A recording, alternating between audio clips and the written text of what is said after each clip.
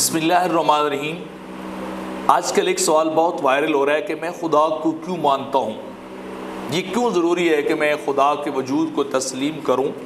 یہ وہ سوال ہے جو انسانی ذہن کے اندر بار بار اٹھتا ہے اور فقط آج سے نہیں پیدا ہو رہا، یہ ابتدا سے ہی انسان کے ذہن کے اندر ایسے سوالات اٹھنے شروع ہوئے کہ وہ خدا کو سمجھے، خدا کو جانے، خدا کو مانے، اس کا وجود کیوں ضروری ہے، اگر ہے تو وہ مجھے نظر کیوں نہیں آتا، وہ میرے سامنے کیوں نہیں آتا۔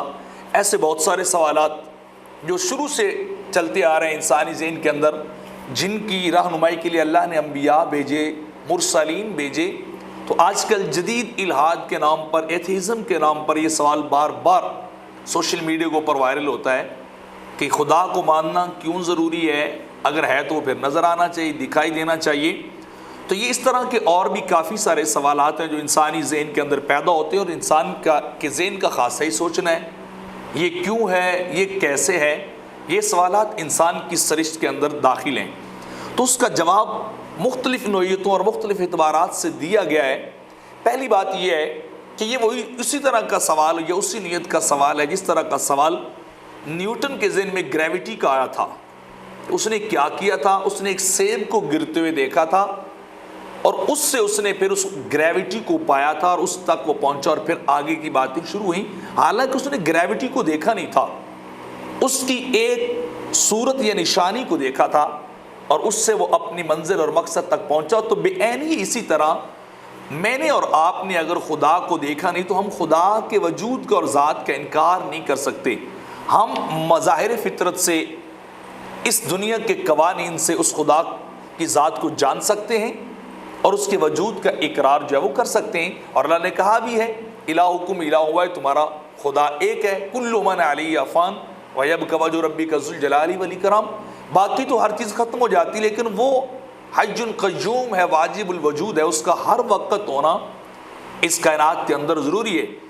کیونکہ اگر ہم عقلی طور پہ اس کائنات کے اوپر غور و فکر کریں تو یہ جواب بڑا واضح ہو کے ہمارے سامنے آ جاتا ہے۔ اگر ہم دائیں بائیں دیکھیں تو جتنی بھی کائنات کی اشیاء ہیں جو اپنی جگہ پہ کھڑی ہیں، قائم و دائم ہیں، ہم ان کو خدا کے وجود کے بغیر کبھی سمجھ بھی نہیں سکتے، اور نہ ان کا وجود ایک خالق کے بغیر کبھی ہو سکتا ہے۔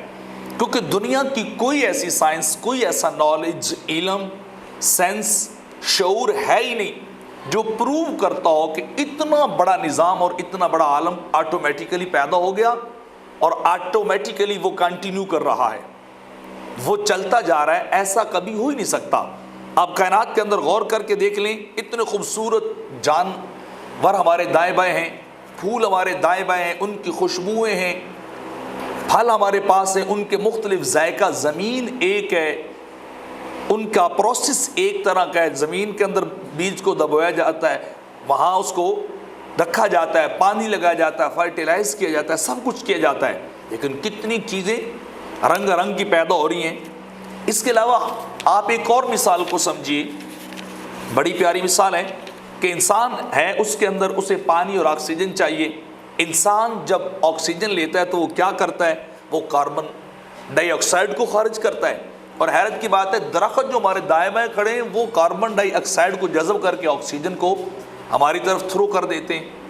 تو یعنی اتنے سارے نظام ہم کیسے سمجھ سکیں کہ ان کے لیے کوئی بنانے والے نہیں، ان کو کوئی چلانے والے نہیں، جب کوئی چیز دنیا کی کسی ایک موجد یا ایک بنانے والے کے بغیر نہیں ہو سکتی یا ٹھہر نہیں سکتی، یا قوانین فزکس ہیں، کا نیچرل قوانین ہیں، رول ہیں، لاز ہیں۔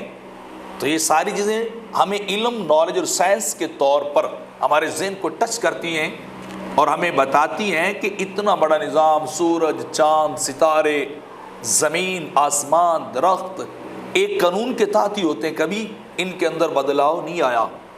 تو یہ ہمیں چیزیں بتاتی ہیں کہ یقیناً کوئی نہ کوئی ایک ایسی ذات ہے جو ان سارے قوانین کے بنانے والی ہے اور ان سارے قوانین کو چلانے والی ہے اور نظام قدرت کو ایک قانون کے اندر لے کے چلنے والی ہے۔ تو لہٰذا میں یہ اگر علم کی بات کروں، نالج کی بات کروں، اور یہ سمجھوں کہ سارا کچھ ہی خود بخود پیدا ہو گیا، کوئی خدا نہیں، تو شاید مجھ سے بڑا بے وقوفی کوئی نہیں ہوگا، اور اس شخص سے بڑا کوئی بے عقل اور جاہل ہی کوئی نہیں ہوگا جو وجود خدا کا انکار کر دے، اتنی بڑی کائنات کو دیکھ کر بھی، اتنے بڑے مظاہر اور سائن اور علامات کو دیکھ کر کوئی شخص بھی خدا کے وجود کا کسی صورت میں بھی وہ انکار نہیں کر سکتا۔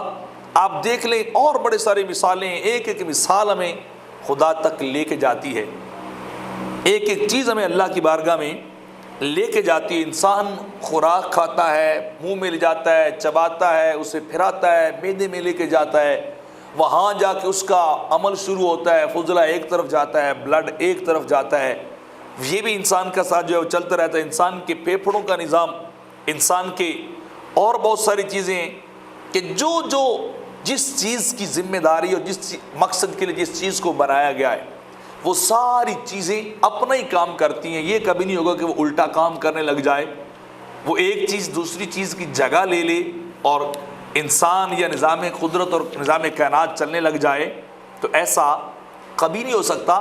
یہ سب کچھ ہمیں صرف قرآن نہیں بتاتا، یہ حدیث نہیں بتاتی، یہ انبیاء اور پیغمبران کے فرمودات نہیں بتاتے، یہ سب چیزیں ہمیں سائنس بتاتی ہے۔ یہ آج کی تعلیم اور نالج ہمیں بتاتا ہے کہ ہر قانون کے پیچھے کوئی نہ کوئی بنانے والا ہے، ہر چیز کے پیچھے کوئی نہ کوئی بنانے والا ہے، اور اسی کو ہی خدا کہتے ہیں۔ تو اگر میں خدا کو نہ مانوں تو کائنات ہو نہیں سکتی، خدا کے وجود کا میں انکار کروں تو دنیا قائم نہیں رہ سکتی۔ مجھے خدا کا وجود ماننا پڑے گا کہ کوئی نہ کوئی تو ہے جو اس کائنات کو چلانے اور بنانے والا ہے۔